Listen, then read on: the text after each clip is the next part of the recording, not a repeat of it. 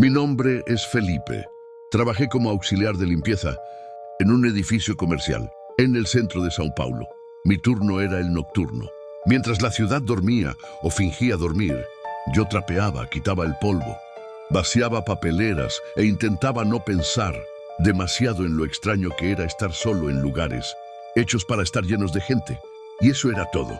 Un trabajo común, silencioso, hasta esa noche. La noche en que el silencio parecía observar y la oscuridad parecía escuchar. Ese tipo de noche en que incluso el sonido del propio corazón suena demasiado fuerte. La oficina en cuestión estaba en el piso 12. Uno de esos pisos amplios, con grandes ventanales de vidrio, divisores modernos, luces LED en el techo y un silencio absoluto por la noche, solo interrumpido por algún pitido ocasional de un aparato electrónico en reposo. Un ambiente moderno, frío, impersonal, pero esa madrugada me observaba a mí, no al revés. Todo comenzó de forma sutil. Estaba barriendo cerca del comedor, cuando noté que el sensor de movimiento del pasillo se activó solo. La luz se encendió al final del pasillo, donde no había nadie, o al menos no debería haber nadie. Me quedé quieto, con la escoba en la mano, intentando racionalizarlo. Tal vez un insecto pasó, o un fallo en el sensor. Decidí ignorarlo, pero no fue la única vez. Durante toda la noche, las luces se encendían y apagaban sin sentido. Fui al área general de trabajo, donde decenas de escritorios con computadoras estaban perfectamente organizados, como soldados silenciosos esperando órdenes. Llegué al escritorio 17. Siempre me había llamado la atención, no porque fuera diferente, sino porque su computadora, a diferencia de las otras, siempre estaba apagada, sin el puntito de luz de reposo. Totalmente inerte, apagada, parecía olvidada. Pero esa noche, cuando fui a limpiar el escritorio, el monitor se encendió solo, sin que tocara nada, sin ningún movimiento cerca. La pantalla se iluminó como si despertara de un profundo sueño. Y en el centro apareció un mensaje simple en letras blancas sobre fondo negro. No deberías estar aquí. Tragué saliva. Me quedé paralizado por un momento. El corazón empezó a latirme más rápido. Pensé, una broma. Tal vez alguien me observaba por las cámaras. Miré alrededor. Ninguna cámara apuntaba a ese escritorio. Y entonces el mensaje desapareció. Otro lo reemplazó. Conoce la verdad. La pantalla parpadeó. Luego se apagó. El silencio volvió, pero algo dentro de mí sabía que el ambiente ya no era el mismo. Como si algo antiguo hubiera despertado. Algo que existía ahí mucho antes que la tecnología, mucho antes que la empresa. Volví a mi trabajo, pero el resto de la limpieza fue asfixiante. El aire parecía más denso, como cargado de electricidad. Empecé a escuchar sonidos débiles, como si alguien respirara al otro lado de la sala. Interferencias suaves, como estática de radio, susurros lejanos. Miraba alrededor, nada, hasta que lo vi. Una sombra pasó por el rabillo del ojo, rápida, sin forma definida, como hecha de humo, sin pasos, sin aire movido, solo movimiento. Contra mi instinto, volví al escritorio 17. El monitor estaba apagado de nuevo. Lo observé. Cuando me acerqué, volvió a encenderse, pero esta vez no apareció texto. Apareció un rostro distorsionado, sin ojos, solo una boca abierta gritando en silencio. Di un paso atrás, tropecé con el cable de la aspiradora y casi caigo. El monitor se apagó. El susto me hizo salir corriendo. Pero algo llamó mi atención. El cajón del escritorio estaba entreabierto, como si alguien lo hubiera abierto hacía poco.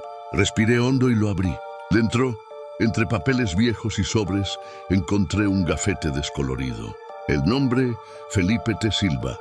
La foto estaba borrosa, pero se veía que usaba gafas, tenía el pelo corto y un rostro serio. Guardé el gafete en el bolsillo. Al día siguiente lo mostré a C., otro conserje que trabajaba por la mañana. Me dijo, ese tipo desapareció hace unas semanas. Dicen que renunció, pero es raro. En RH dicen que nunca trabajó aquí. Y ese escritorio 17 estuvo sellado un tiempo. Luego lo reabrieron. Esa noche volví. Contra el sentido común, contra el miedo. Quería entender. Al llegar, la luz del escritorio 17 ya estaba encendida. La computadora prendida. La silla mirando hacia mí.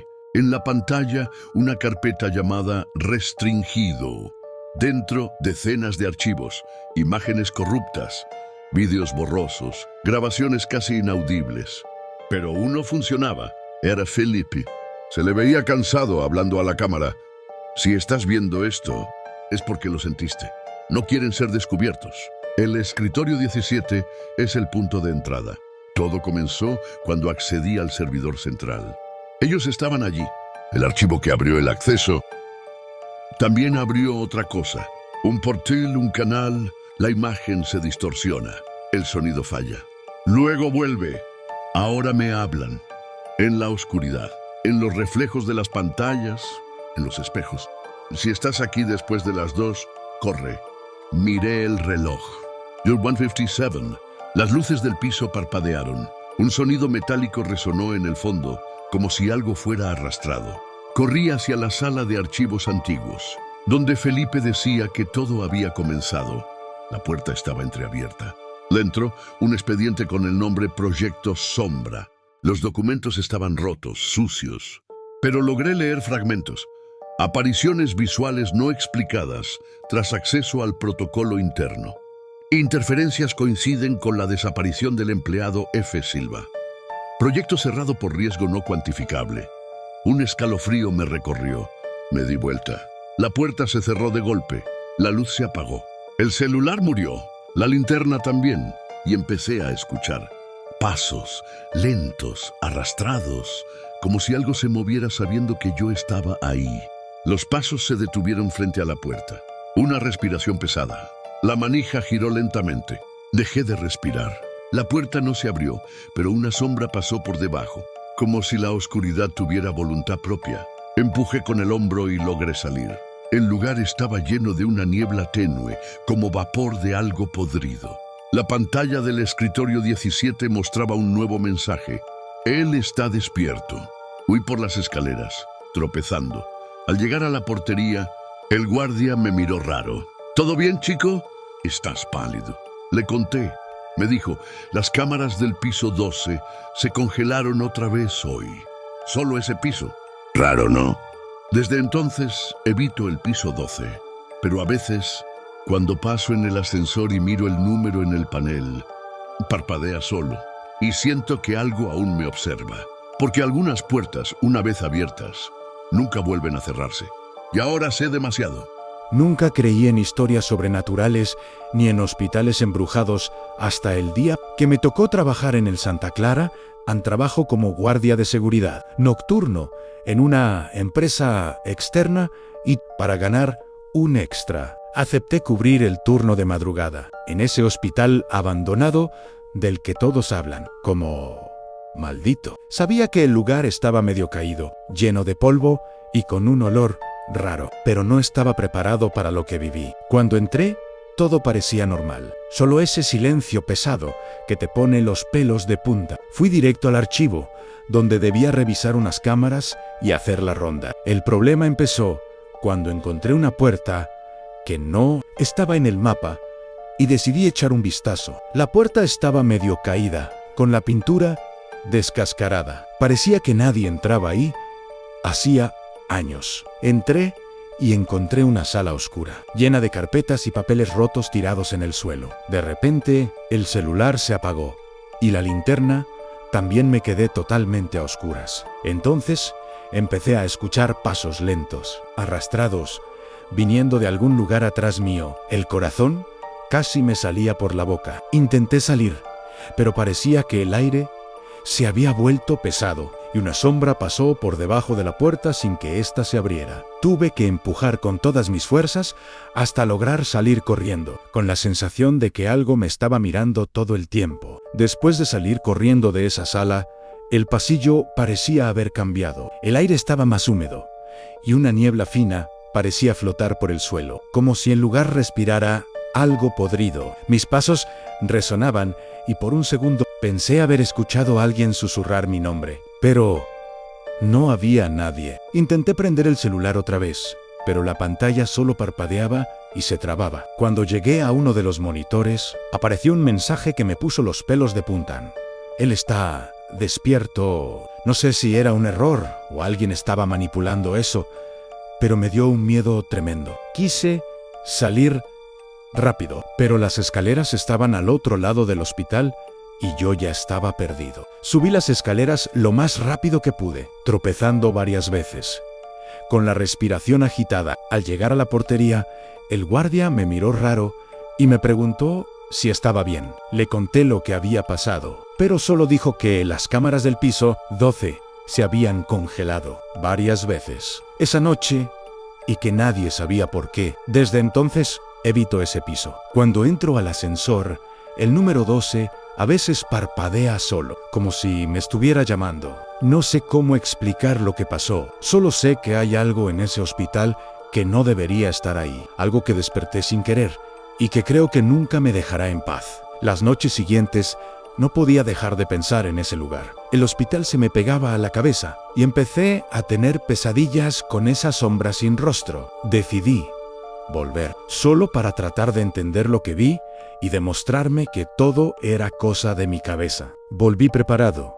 Llevé una cámara, una linterna extra y hasta una grabadora para registrar cualquier cosa. Cuando llegué, esa sensación mala me recibió en la puerta del estacionamiento. Entré al ascensor y apreté el botón del sótano, ese tal -3 que nadie menciona. Cuando se abrieron las puertas, todo parecía más oscuro, como si el aire fuera más denso. Caminé por el pasillo oscuro, tratando de no hacer ruido. De repente encontré un cuaderno tirado en el suelo, lleno de notas extrañas sobre experimentos y pacientes, que decían haber visto cosas inexplicables. Mientras leía, un escalofrío me recorrió la espalda. El hospital parecía ser más que un lugar abandonado. Parecía un centro de experimentos siniestros que nadie quería que se supieran. Cuando me di vuelta, la silla de la sala giraba sola, lentamente, y sentí esa presencia conocida mirándome. Sin pensarlo, salí corriendo con el corazón en la garganta. Después de correr de esa sala,